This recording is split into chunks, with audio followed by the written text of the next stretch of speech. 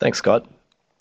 Hey, folks. My name is Matt Walters. I am the software development manager on the Amazon RDS on VMware product. So today I'm going to be taking you through a presentation which is very similar to one that we gave at reInvent, and just basically talk through the product, a little bit about how it works, sort of with the fundamentals of it, along with some of the things that differentiate it from RDS on AWS, and then talk a bit about the preview, which is in progress right now, and the features that we're putting together during the preview. So yeah, start with just a quick overview of RDS itself, the relational database service, for those of you who may not have used Amazon RDS before. So what we do with Amazon RDS is we provide managed relational databases across several engines. So we support MySQL, Postgres, MariaDB, SQL Server, Oracle, and then of course the Amazon Auroras. So Aurora for MySQL and Aurora for Postgres. What we do is provision, monitor, manage, scale, make available, durable, deal with backups and restores, all of these types of things for these databases. So when you need a relational database, you can basically go to the RDS console or the API or CLI and get a relational database when you need it, for as long as you need it. And so what we're doing with Amazon RDS on VMware is basically that, but rather than in AWS, we're doing that in your data center. So if you have an existing VMware vSphere deployment running vSphere 6.5 or greater, and you've got some resources that are sitting idle right now, as one does, you can set up a vSphere cluster and onboard it with RDS, which process we'll walk through a little bit later today. And then you can take advantage of a lot of the cool functionality that RDS gives you in AWS, but in the comfort of your own data center. So basically, part of the reason why we feel like this is an important thing to do is, there's applications in the world that have data sovereignty or very significant access latency constraints. So that's one of the primary reasons that we're doing this. But we basically give you provisioning, patching, monitoring, scale up and down of storage and compute and memory. We will be adding support for replicas, read-only replicas in the near future. And there's maybe mentioned once or twice here that we deal with patching because we hear from our customers existing and from folks that are interested in using this that they really, really don't like patching databases. Apparently, it's not a lot of fun. So the fact that we take care of that for you is a good thing. So also, just like in AWS, we take care of the sort of snapshot restore and point-in-time restore process. We'll talk a little bit about what that looks like here also a bit later in the presentation, and single instance availability management. So one of the things that is a key differentiator between running RDS in AWS and running RDS in your data center is the fact that your data center is not in an AWS region. So we do still provide, you still use the AWS Console and AWS APIs and CLI to interact with our control plane, to interact with RDS, which takes care of provisioning and managing your databases. But what we've done is we've taken a fairly significant portion of the magic of our control plane, which normally runs in AWS, and we've made a virtual appliance, a VApp, which we call the RDS connector, that you basically, as part of the onboarding process, download and install in your vSphere cluster.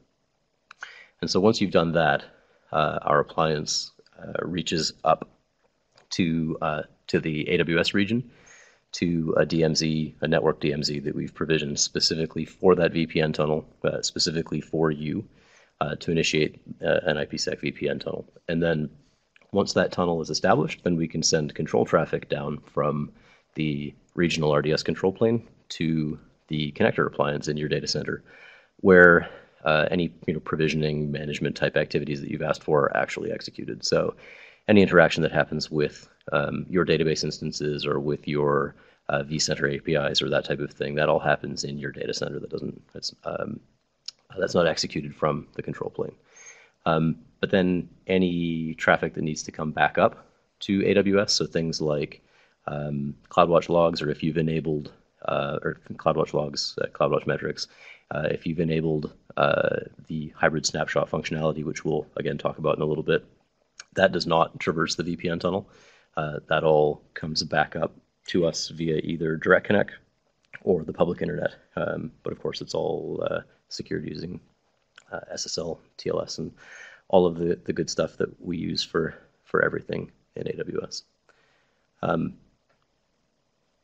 So once that tunnel is initiated and we're able to push control traffic down into your data center, then we can talk a little bit about what the network looks like there.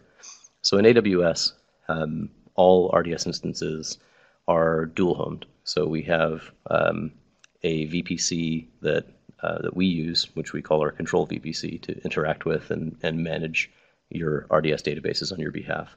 But then also you have a VPC that you provision your database instances into. And so we have a similar notion here in your data center where we have a network, a distributed port group, which we call the cluster control network.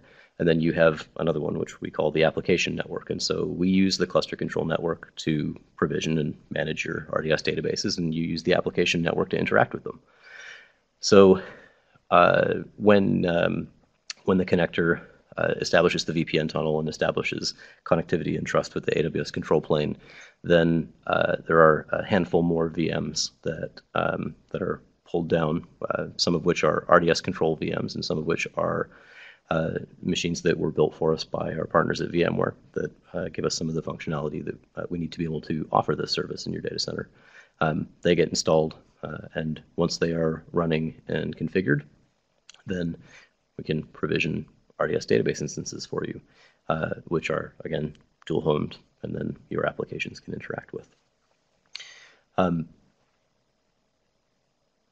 So I mentioned the sort of backup and restore and read replication notion earlier.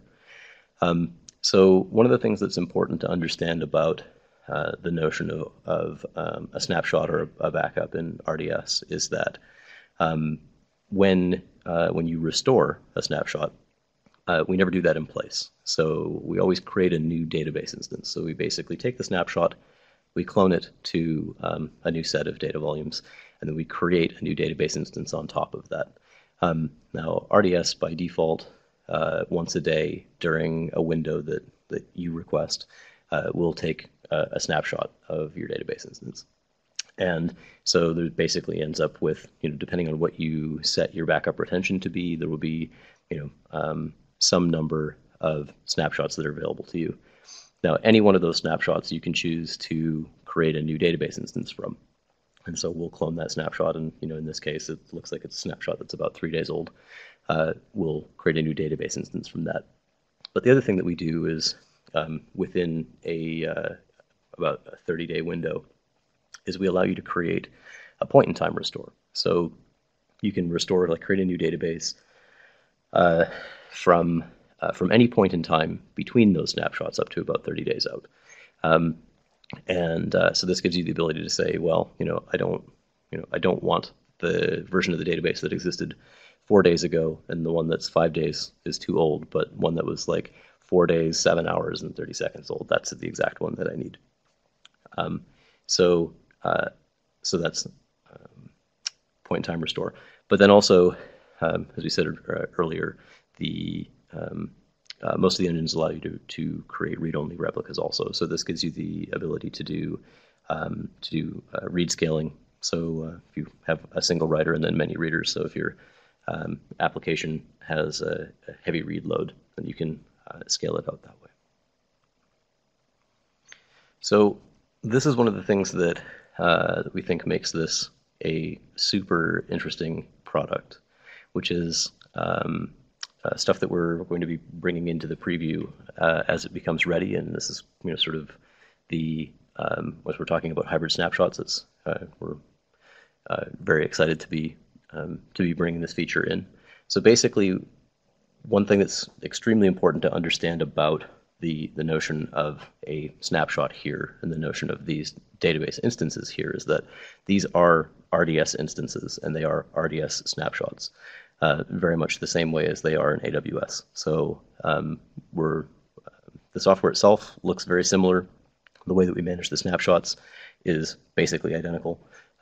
And under the covers, the snapshots are portable. So the idea here is that unless you tell us otherwise, all of your data, your backups, whatever, they all stay in your data center.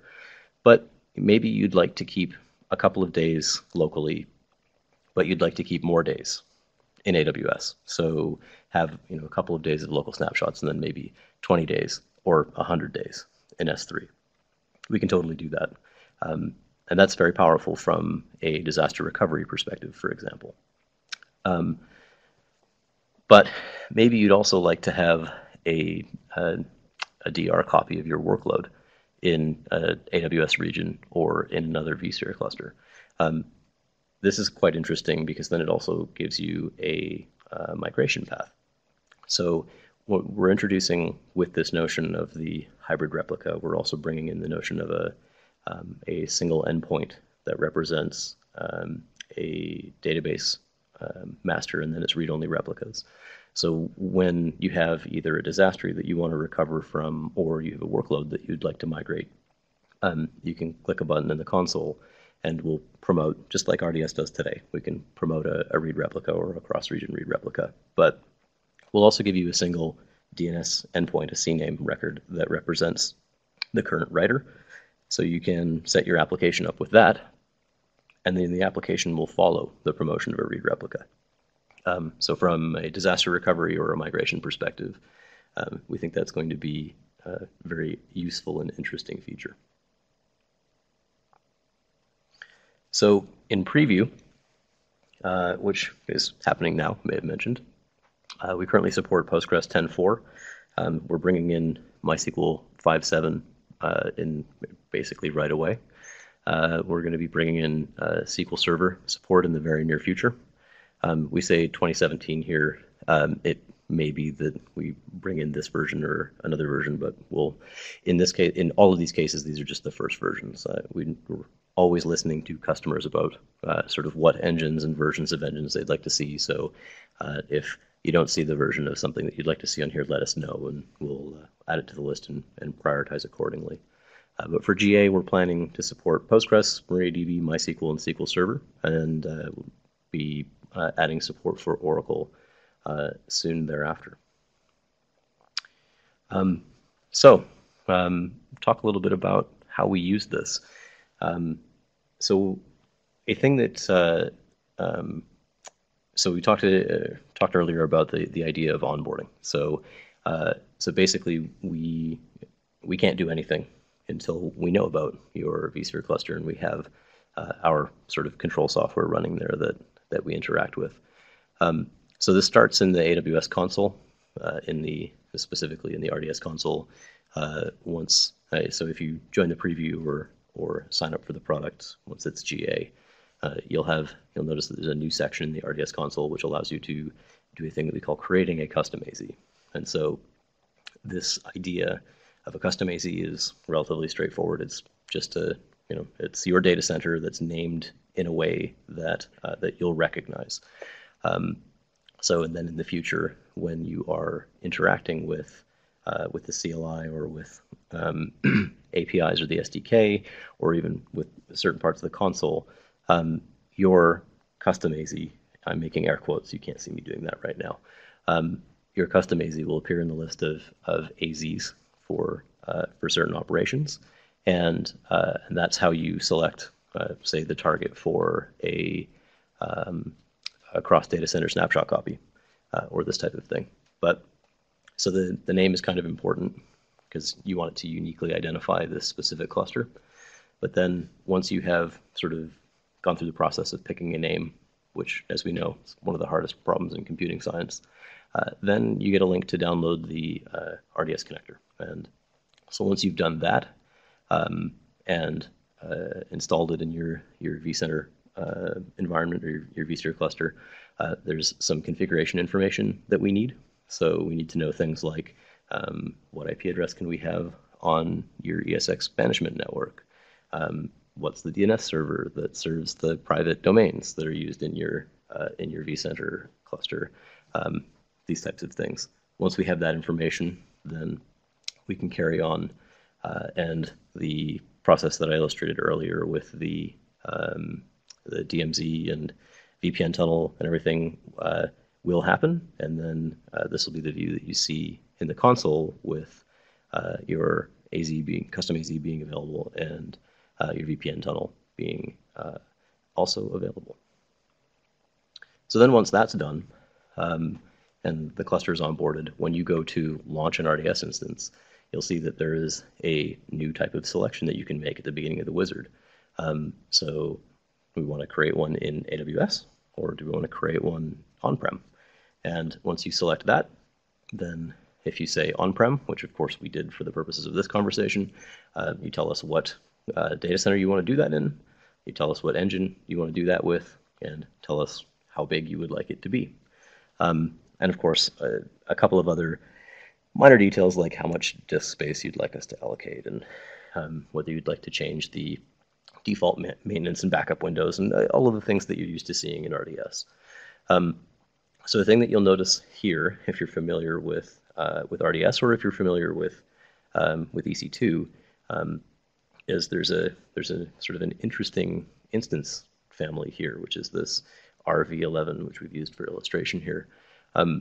So we wanted to use something that was familiar, and of course you've probably noticed that we're going for compatibility here with APIs. It was pretty important for a bunch of reasons, but it didn't make much sense to us to say, well, it's like, so R5, because that's an EC2 hardware generation. It didn't make any sense to project that here, but the notion of R, C, M class instance sizes did make sense to us.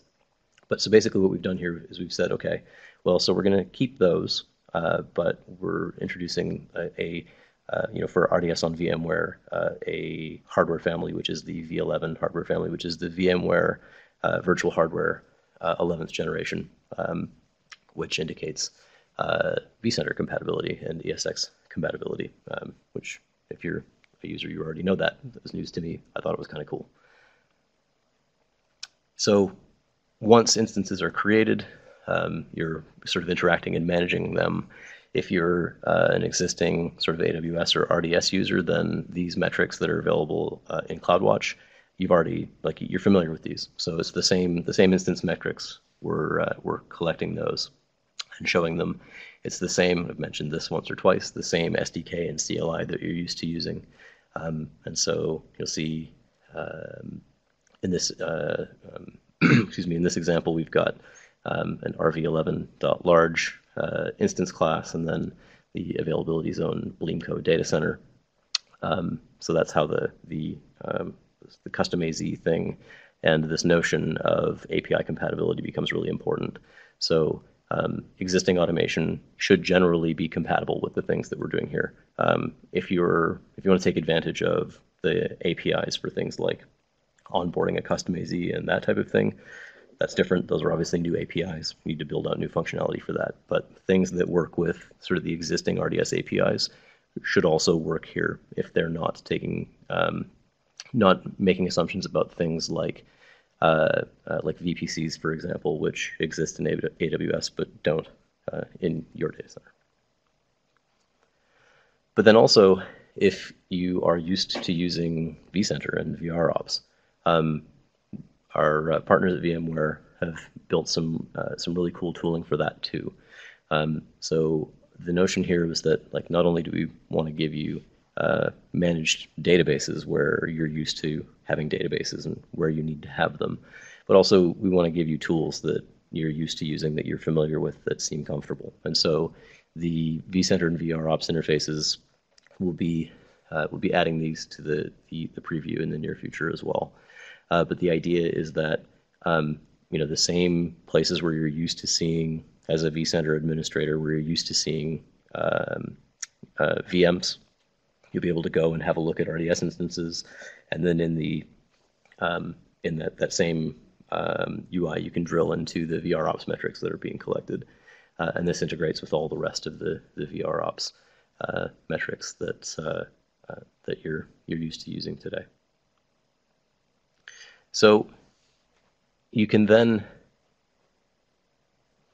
in the AWS console, then once you have one or more data centers onboarded and database instances created in those multiple data centers as well as AWS, you can see them all in one place. So they all show up in your RDS view in the console for whatever region your data center is onboarded to. But then also, if you drill into one of your onboarded clusters, then that view is scoped. So you have just sort of the the zoomed-in view on one data center and whatever database instances exist in that, and what their sort of current state of operations is. So what's next? So typically, you're probably aware we don't talk roadmap-y stuff, so this is not roadmap-y stuff. This is what we're doing, what we've sort of already said that we're doing publicly. So again, for the GA, we're looking to support SQL Server, Postgres, and MySQL, MariaDB. We've talked a bit about this sort of hybrid snapshot notion, where we want to be able to copy snapshots between data centers, your data centers, and then data center to AWS for DR, vice versa for recovery or long-term retention purposes. Restore a snapshot to a new RDS database anywhere. And then this idea of hybrid read replicas, which we didn't talk too much about in the presentation here, but the notion of being able to create a read-only replica between any of your data centers or any of your data centers in AWS, which we think is a pretty cool story from a disaster recovery perspective, and then obviously then also migration and data, geoproximal data.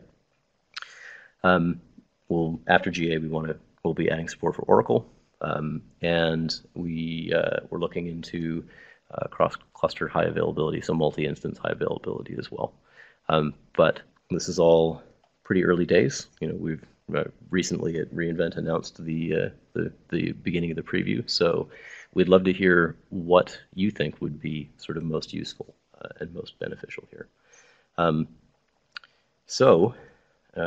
I see that we've had a pretty good number of questions.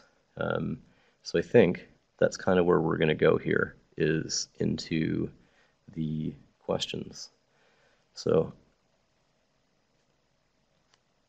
okay, so we're gonna go into the questions. I think we're going to. I think Scott has some stuff that he would like to say before.